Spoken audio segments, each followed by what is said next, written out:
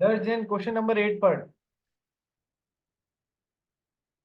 S asks R to beat T and promises to indemnify R against the consequences. R beats T and is fined rupees 5,000. Can R claim 5,000 from S? 50,000 है। Can R claim 50,000 from S. ठीक है। तो sir अक्षित caste है, उसने दर्श जैन के साथ में एक एग्रीमेंट बनाया है कि तू जाके मिस्टर एक्स को ठुकाई करके आ जा, तो मैं तेरे को इंडेमनीफाई कर दूंगा। जो भी तेरे खिलाफ जितना भी रुपए का वो फाइन वगैरह लगेगा, मैं तेरे को इंडेमनीफाई कर दूंगा। सर ये इंडेमनिफिकेशन का एक कॉन्ट्रैक्ट बनाने की कोशिश तो कर रहे हैं, बट इंडेमनिफिकेशन भी तो एक तरीके का कॉन्ट्रैक्ट ही होता है ना। और contract should be made for lawful object और नॉट। क्या किसी को ठोका-टाकी करना, पिटाई लगाना लॉफुल ऑब्जेक्ट होता है क्या? नहीं सर, उसका अनलॉफुल ऑब्जेक्टिव है। तो फिर ये कॉन्ट्रैक्ट ही नहीं होगा। जब कॉन्ट्रैक्ट ही नहीं होगा तो फिर मान लो ये ठुकाई करके आ गया, 50,000 रुपये अब इससे मांग रहा है, अब ये नहीं दे रहा है, तो क्या ये एनफोर्स कर सकता है? जब कॉन्ट्रैक्ट है ही नहीं तो एनफोर्सेबल बाय लॉ होगा ही नहीं। एनफोर्सेबल बाय लॉ नहीं है तो फिर कैसे 50,000 रुपये मांगेगा? बात लॉजिक समझ में आ गया? Yes sir. तो agreement is unlawful not having lawful object. ठीक है, तो इस वजह से ये कॉन्ट्रैक्ट ही नहीं है तो एनफोर्स हो ही नहीं पाएगा, 50,000 रुपये मांग ही नहीं पाएगा। क्वेश्चन नंबर 9 पढ़ गई।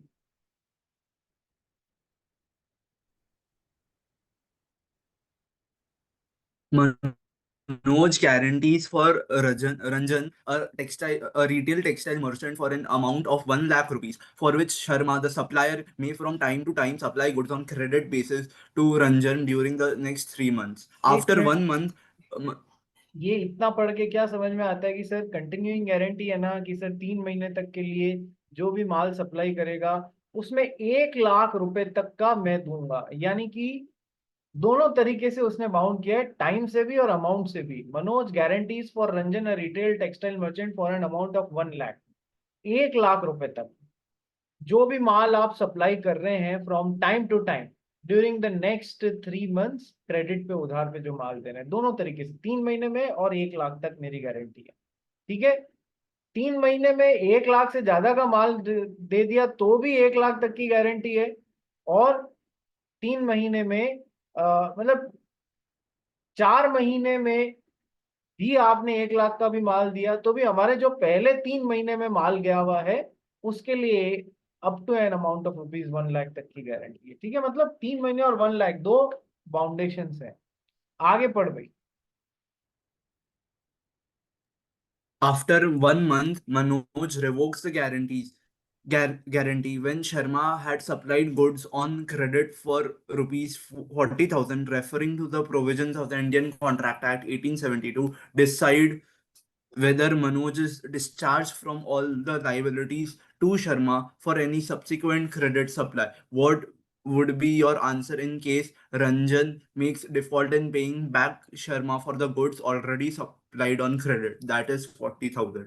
तो सर डिस्चार्ज श्योरिटी का बहुत सारे तरीके होते हैं, उनमें से एक तरीका होता है डिस्चार्ज और श्योरिटी बाय रिवोकेशन, कि सर वो रिवोक कर देता है अपनी गारंटी को, तो उससे भी वो डिस्चार्ज होता है सर। हाँ, पर only as to future transactions. यहाँ आके रिवोक कर दी तो only as to future transactions ही वो रिलीव हो जाएगा।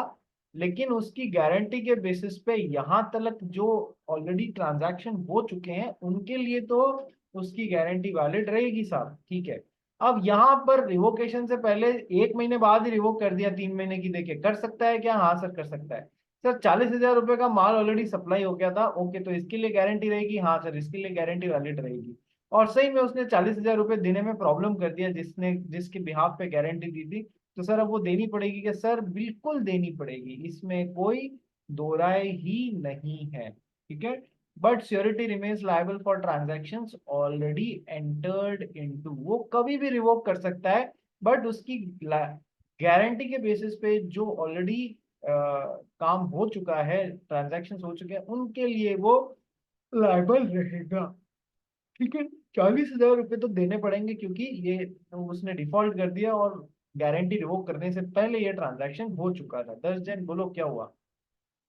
सर मेरा डाउट नहीं है, बट यहाँ पर हर एक क्वेश्चन में सेक्शन मेंशन्ड है, तो स्पेशल कॉन्ट्रैक्ट्स में सेक्शन मेंशन करने से ऐसे ज्यादा मार्क्स मिलेंगे क्या? स्पेशली भी। नहीं, अपना धर्म है, क्या धर्म है कि अपने को सारे के सारे आंसर्स में सेक्शन मेंशन करना होता है, चाहे वो जनरल प्रिंसिपल्स हो, चाहे वो स्पेशल कॉन्ट्रैक्ट्स हो, चाहे वो सेल ऑफ गुड्स एक्ट हो, चाहे वो पार्टनरशिप हो, चाहे वो एलएलपी हो, चाहे वो निगोशिएबल इंस्ट्रूमेंट्स एक्ट हो, ठीक है, चाहे वो इंडियन ये हो, कोई भी हो, अपने को कंपनीज एक्ट हो, करना है क्या? हाँ सर करना है। सर, पर सर हमसे तो सेक्शन याद नहीं होते हैं, या सर आपके सारे आंसर्स में मिल नहीं रहे हैं, कुछ भी बोल ले तू अब इसको, ठीक है। तो इसका आंसर ये है, since you are attempting a professional course, since you are attempting a professional course, तो क्या उधर प्रोफेशनली बिहेव करना हमारा दायित्व होता है या नहीं? हाँ सर बिल्कुल होता है, सेक्शन नंबर मेंशन करने पड़ेंगे। ये तो हो गया डिप्लोमेटिक आंसर।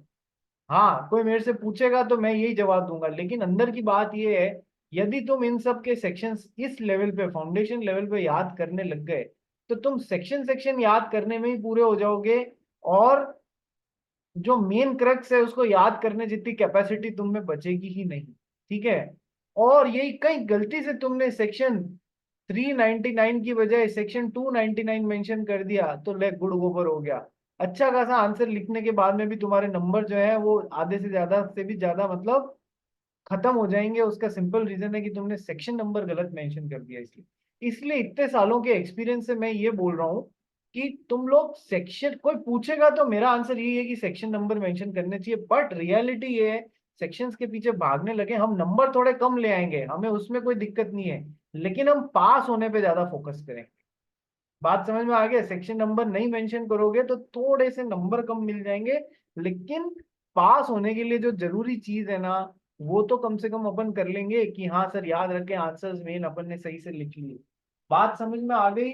तो तेरा ये जो डाउट है ना कि सर स्पेशल कॉन्ट्रैक्ट में सेक्शन, अरे सेक्शन तो सब में लिखने होते हैं, पर तुम अभी एक बार सेक्शन नंबर भूल जाओ, थोड़े नंबर कम मिल जाएंगे, एक्सेप्टेबल, बट पास होना मेन दिए है अपना, ठीक है।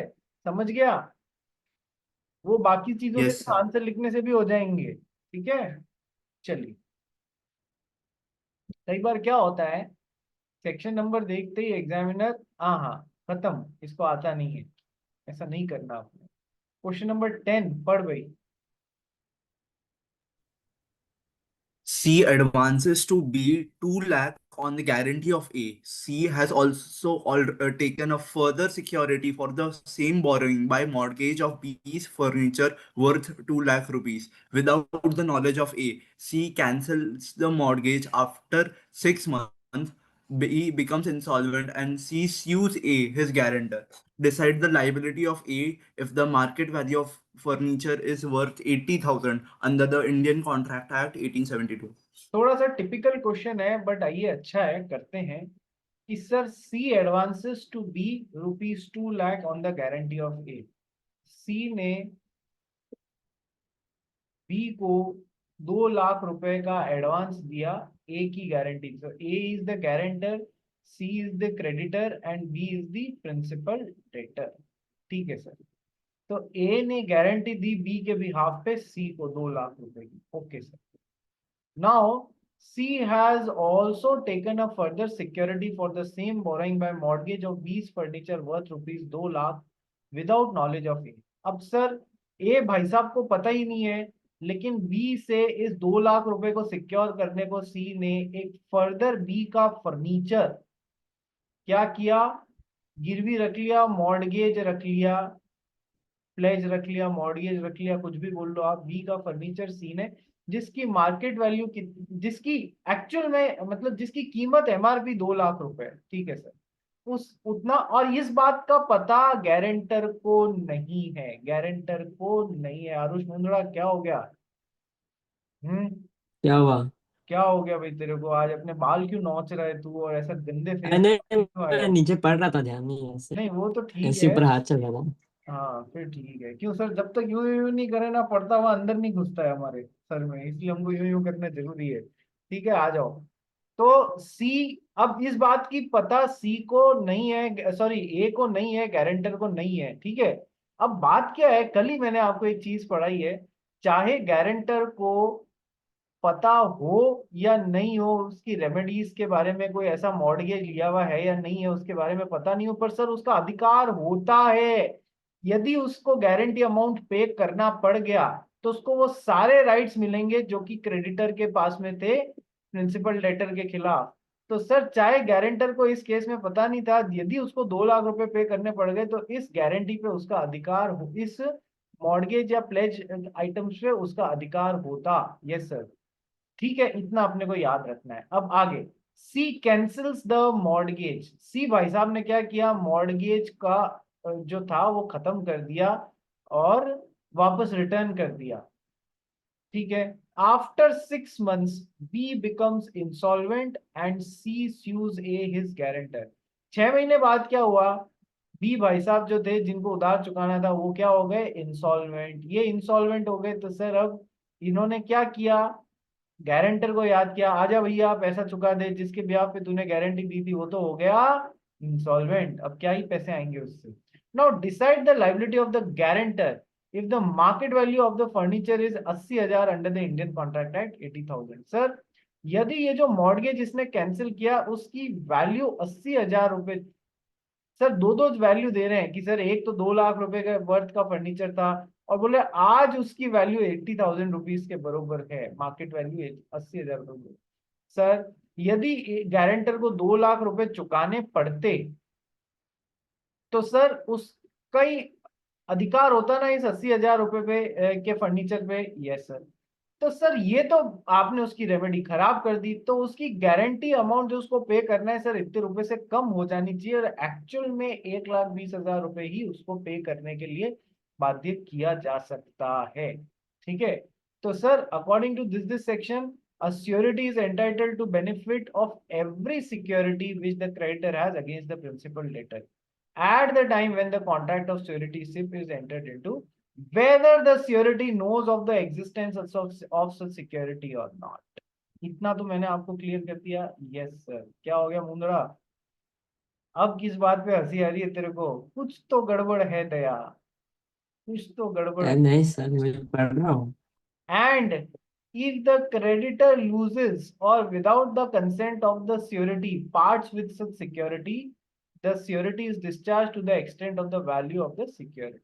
ठीक है सर, 2 लाख का मॉर्गेज था, 2 लाख का लोन था, पूरा भरना पड़ गया। यस सर, 80,000 रुपए की मार्केट वैल्यू की उसकी सिक्योरिटी आपने खराब कर दी। यस सर, तो सर बैलेंस 1,20,000 रुपए के लिए ही गारंटर लायबल रहेगा पैसे देने को। और यदि दे दिए पूरे 2 लाख रुपए क्योंकि अनजान था, बाद में पता पड़ा कि ऐसा कुछ मॉर्गेज भी दिया हुआ था, तो वापस 80,000 रुपए वसूल भी सकता है, ये भी बात ध्यान रखना। नेक्स्ट क्वेश्चन की तरफ चलते हैं, उससे पहले दर्ज जैन तूने हाथ उठाया था, क्या हो गया। सर अगर बी और सी कोई सीक्रेट में डीलिंग करता है और ए को पता नहीं होता तो ए गारंटर रिलीफ हो जाता है ना, मतलब उसे जरूरत नहीं पड़ती गारंटी देने की। देखो, तो इसमें भी वही हो सकता है। सीक्रेट डीलिंग वो है, ये क्वेश्चन मैंने आपको कराया था ना कि सर दोनों कॉनिवेंस में काम कर रहे हैं यदि क्रेडिटर और प्रिंसिपल डेटर। ठीक है, ये रहा गारंटर, गारंटर से लोन दिलवा दिया इस करंट ट्रांजैक्शन के लिए और आपस में गुपचुप कर दिया कि 100 रुपए वाली चीज का मैं इस बार 105 रुपए लगा रहा हूँ और उससे तू अपना पुराना पैसा भी दे देना मेरे को, और तू नहीं चुका पाया तो गारंटर दे देगा। सर ये नहीं चलेगा, ये बात मैं आपको पहले ही बोल चुका हूँ, इस एक्स्ट्रा पैसे के लिए he will not be liable. ठीक है, ये ये जो गलत तरीके से काम हो रहे हैं उसके लिए गारंटर की गारंटी नहीं रहेगी, ये मैंने आपको पहले भी बताया हुआ है, कॉनिवेंस वर्ड आता है आपस में साठ गांठ करके। ठीक है, क्वेश्चन नेक्स्ट पढ़ो भाई। ये आया हुआ है, एक तो जून 24 के मेन एग्जाम में ये क्वेश्चन आया हुआ है और एक मई 25 के पहले एमटीपी में क्वेश्चन आया हुआ है। पढ़ भाई ये क्वेश्चन। आर ओन्स एन ये क्वेश्चन मैंने आपको कहा था कि आजकल एक एक क्वेश्चन में मल्टीपल कंसेप्ट आने लग गए हैं, मल्टीपल कंसेप्ट आने लग गए हैं। ठीक है, आइए पढ़ते हैं। R owns an electronics store. P visited the store to buy a water purifier priced at 54,000 rupees. He specifically requested R for a purifier with a copper filter, as P wanted to buy the purifier on credit with the intention of paying in 9 equal monthly installments. R demands a guarantor for the transaction. S, a friend of P, came forward and gave the guarantee for payment of water purifier. R sold P a water purifier of a specific brand. P made payment for 4 months installment and after that became insolvent. Explain with reference to the Indian Contract Act 1872 the liability of S as a guarantor to pay the balance price of water purifier to R. बस एक बार यहीं रुक जा, ठीक है sir. Okay, simple सा है यार, गारंटी का क्वेश्चन है कि सर एक इलेक्ट्रॉनिक स्टोर था, वो कॉपर का फिल्टर खरीदने गया। ओके, उसने स्पेसिफिकली कॉपर फिल्टर वाला ही मांगा, ठीक है, 9 इक्वल इंस्टॉलमेंट्स में मांगा। यस सर, यानी कि 54,000 डिवाइडेड बाय 9 कितना हो जाता है,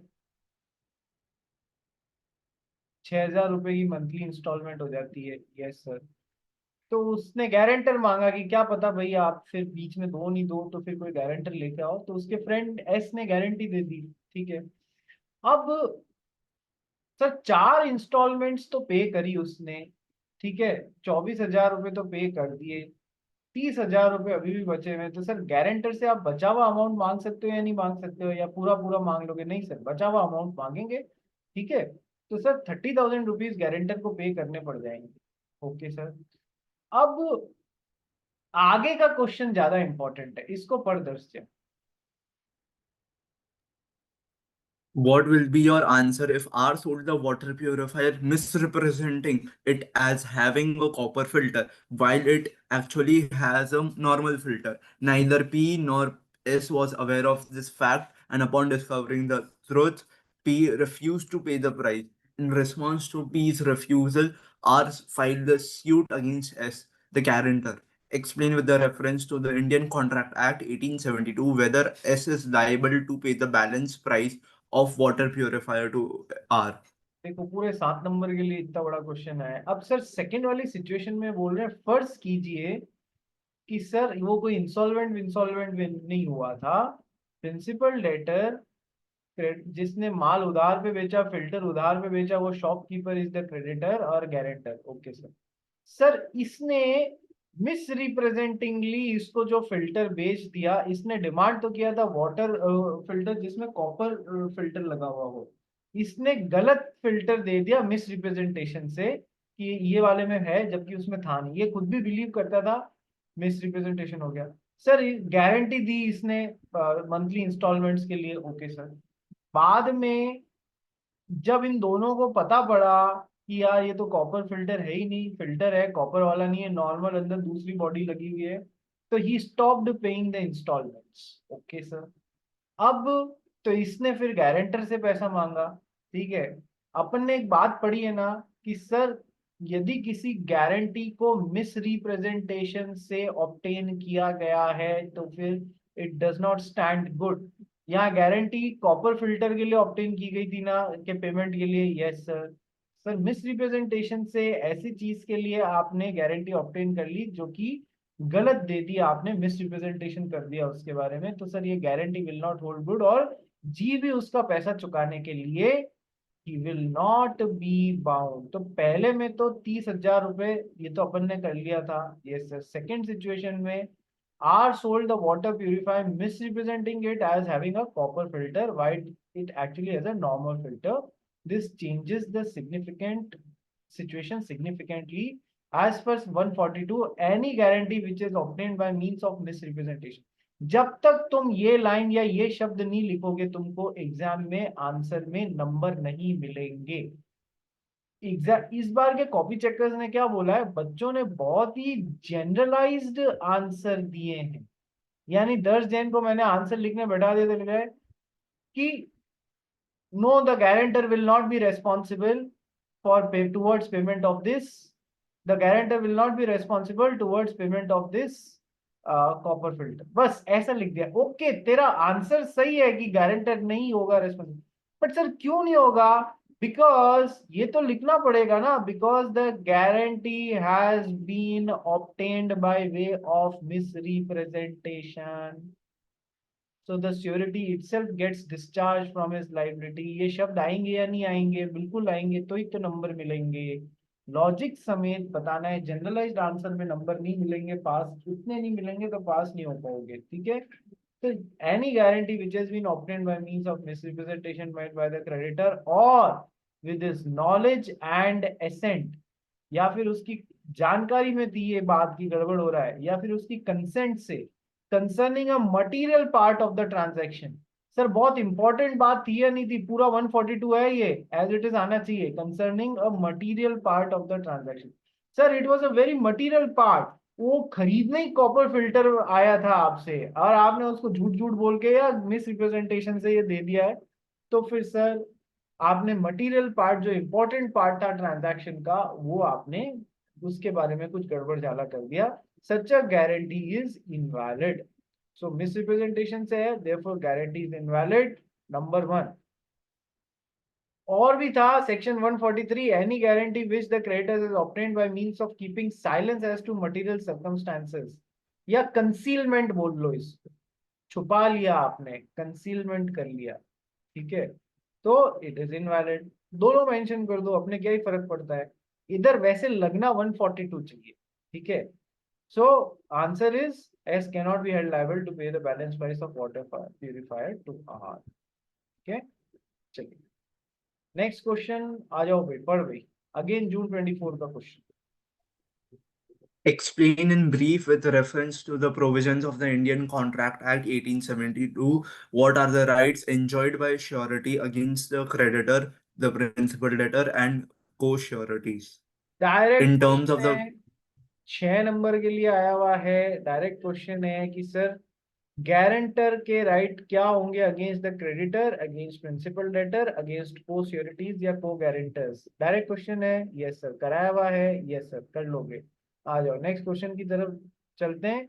आरटीपी में आया हुआ है सितंबर 25 के आरटीपी में, डिफाइन को श्योरिटीज, कौन होते हैं को sureties, state the rights available to surety against co-sureties relating to contribution under the Indian Contract Act। Sir co-sureties कौन होते हैं और उनको अपने को-श्योरिटीज के खिलाफ एक श्योरिटी को क्या राइट होता है को-श्योरिटीज के खिलाफ, वो भी बताना है, ठीक है। डायरेक्ट क्वेश्चन है, बताया हुआ है आपको कि सर जॉइंटली रिस्पॉन्सिबल होते हैं, यस सर। जब तक कि कॉन्ट्रैक्ट में अदरवाइज नहीं लिखा हुआ हो तब तक सबको इक्वल, यदि कोई गारंटी पे अमाउंट पे करना पड़ रहा है तो सर इक्वल पे करेंगे तीनों, यस सर। दोनों तीनों जितने भी को सिक्योरिटीज हैं, यस सर, ये सब आता है, अपने को पढ़ा हुआ है। नेक्स्ट क्वेश्चन आरटीपी सितंबर 24 में आया हुआ है, पढ़ना भाई। Suraj guarantees Vikas for the transactions to be done between Vikas and Nikhil during the month of March 2023. Vikas supplied goods of rupees 30,000 on 1st March 2023 and of 20,000 on 3rd March 2023. Nikhil on 5th March 2023. Suraj died in a road accident on 10th March. Being ignorant of the death of Suraj, Vikas further supplied goods of 40,000. On default in payment by Nikhil on due date, Vikas sued legal heirs of Suraj for recovery of rupees 90,000. Describe whether legal eye of Suraj are liable to pay rupees 90,000 under the provisions of the Indian Contract Act 1872. देखो ये, हाँ, what would be your answer if the estate of Suraj is worth rupees 40,000 45,000 only. ये second part है, पहले first part को अपन cover करते हैं। Sir मान लो कंटिन्यूअस गारंटी दी हुई है, कंटिन्यूइंग गारंटी दी हुई है, कितने टाइम के लिए कि सर 1 महीने के लिए, ओके सर। अपन ने एक पॉइंट पढ़ा है ना, the continuing guarantee automatically gets revoked upon death of the guarantor. यहां पर आके गारंटर की डेथ हो गई तो आगे के ट्रांजैक्शंस के लिए ये कंटिन्यूइंग गारंटी ऑटोमेटिकली रिवोक हो जाएगी, चाहे प्रिंसिपल डेटर और क्रेडिटर को इसके बारे में नॉलेज नहीं थी तो भी हो जाएगी, तो भी आगे के ट्रांजैक्शंस के लिए डेथ ऑफ द गारंटर पे फ्यूचर ट्रांजैक्शंस के लिए गारंटी, कंटिन्यूइंग गारंटी खत्म हो जाएगी, ओके। सर पुरानी वाली गारंटी जो इसके जिंदा रहते रहते थे, उन पुराने ट्रांजैक्शन के लिए क्या होगा यदि पेमेंट नहीं होता? सर इनके लिए गारंटी जिंदा रहेगी। तो सर पैसे कहाँ से आएंगे यदि कल को गारंटी अमाउंट देने की जरूरत पड़ गई? सर इसकी एस्टेट में से आएंगे। लीगल रिप्रेजेंटेटिव्स को बोला जाएगा कि इसकी जो भी एस्टेट है उसमें से जितने रुपए की ये दो ट्रांजैक्शन है इनमें से एक तो पेमेंट हो गया, दूसरा फेल हो गया या दोनों फेल हो गए, तो दोनों का पेमेंट उसकी एस्टेट में से कर दिया जाएगा। इतना अमाउंट, इतना दो तीन बातें जो बताई वो क्लियर है? हाँ sir. Death of a guarantor पे continuing guarantee revokes as to future transactions. ठीक है, इनके लिए जिंदा रहेगी। सर फिर इनमें पेमेंट के लिए कहाँ से आएगा? इसकी एस्टेट में से इसके लीगल रिप्रेजेंटेटिव्स को पे करना होगा। Okay sir. तो सर ये जो पहले दो ट्रांजैक्शन इसके जिंदा रहते रहते हुए थे ना कि सर 30,000 रुपए और 20,000 रुपए, कितने सर? 30 और 20, 50,000 रुपए के लिए तो गारंटी जिंदा रहेगी। अब सर बाद में 40,000 का और कर लिया, उसके लिए गारंटी नहीं रहेगी। यस सर, ये तो हो गया पहले का आंसर। पूरी 90,000 के लिए नहीं, केवल 30 और 20, 50,000 रुपए के लिए ही उनकी गारंटी जिंदा रहेगी। ठीक है sir. Number one. Number two,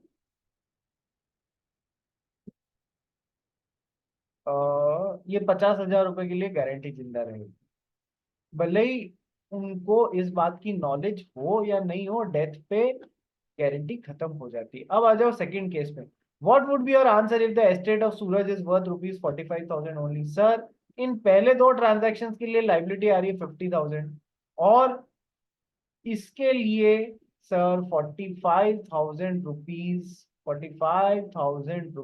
जो है उसकी एस्टेट इतने की है। तो सर मैक्सिमम लीगल रिप्रेजेंटेटिव्स को कितने रुपए तक के लिए आप कर सकते हैं? सर 45,000 रुपीज तक के लिए, क्योंकि एस्टेट में से लीगल रिप्रेजेंटेटिव्स को देना है। लीगल रिप्रेजेंटेटिव्स कोई पर्सनली लायबल तो है नहीं उसको पैसा गारंटी वाला मरे हुए आदमी के चुकाने का। सर जितनी उसकी एस्टेट है वहां तक की वो लायबल होंगे। तो सर 45,000 रुपीज तक के लिए ही legal representative liable, as simple as that. ठीक है। Yes sir. नेक्स्ट पॉइंट पढ़ भाई 10 जन।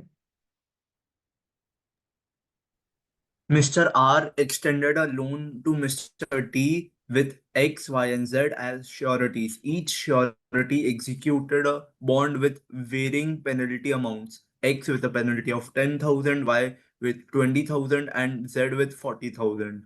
In the event of Mr. D's failure to repay the borrowed money to Mr. R, examine the liability of the sureties in accordance with the Indian Contract Act 1872 when Mr. D defaults to the tune of 42,000. Additionally, assess the situation if there is no contractual arrangement among the sureties.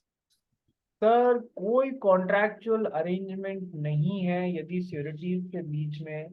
तो sir ये 42,000 rupees जो है ये कितने कितने रुपए में divide हो जाएगा? सब में 42,000, तीन श्योरिटीज है ना, तो तीनों इक्वली होंगे ना? Yes sir. तो हर एक जना, हर जॉइंट श्योरिटी कितने रुपए चुकाने के लिए लायबल हो जाएगा? Sir 14,000 each. ये देख लो, ये तो हो गया सेकंड पार्ट का आंसर। यदि कोई उनके बीच में कॉन्ट्रैक्चुअल अरेंजमेंट नहीं है तो 14,000 ईच के लिए लायबल हो जाएगा। अब सर जब तीन को श्योरिटीज हैं, श्योरिटी 1, श्योरिटी 2, श्योरिटी 3, सर एक ने अपनी लाइबिलिटी 10,000 रुपए तक लिमिट कर दी है, दूसरे ने अपनी लाइबिलिटी 20,000 रुपए तक लिमिट कर दी है, तीसरे ने अपनी लाइबिलिटी 40,000 रुपए तक लिमिट कर दी है। तो सर अब यदि 42,000 रुपीज का लॉस हो रहा है तो ये लोग कैसे बिहेव करेंगे? कि सर हिसाब से तो ये होना चाहिए पहला अमाउंट, सर तीनों इक्वली लायबल होते हैं। Yes sir. तो 10,10,000, 10,10,000, 10,10,000 कितना हो गया सर? 30,000 तो निकल गया इसमें से। Yes sir. बेचा कितना कि सर 12,000। Okay sir. बचा हुआ अमाउंट ये लोग 6,6,000 और 6,6,000 इस तरीके से डिस्ट्रीब्यूट होना चाहिए सर। तो ये हो जाएंगे टोटल 16,000 रुपए के लिए लायबल, और ये हो जाएगा 10,000 रुपए के लिए लायबल। ऐसे ही होना चाहिए गणित? यस सर, होना तो ऐसे ही चाहिए। देखिए आंसर देखते हैं क्या है कि सर वो पूरा आप समझा दोगे जो भी है, उसके बाद में X liable to pay 10,000 and Y and Z rupees 16,000 each. ठीक है, क्या बोलता है principle of equal contribution is however subject to maximum limit fixed by a surety to his liability. Co-sureties who are bound in different sums are liable to pay equally as far as the limits of their respective obligations permit. Equally as far as the limits of their respective obligations permit. तो 146 और 147 दोनों लगेंगे इसमें, ठीक है जी। अब next question क्या है, explain the circumstances under which a surety may be discharged by revocation of a contract of guarantee under the Indian contract.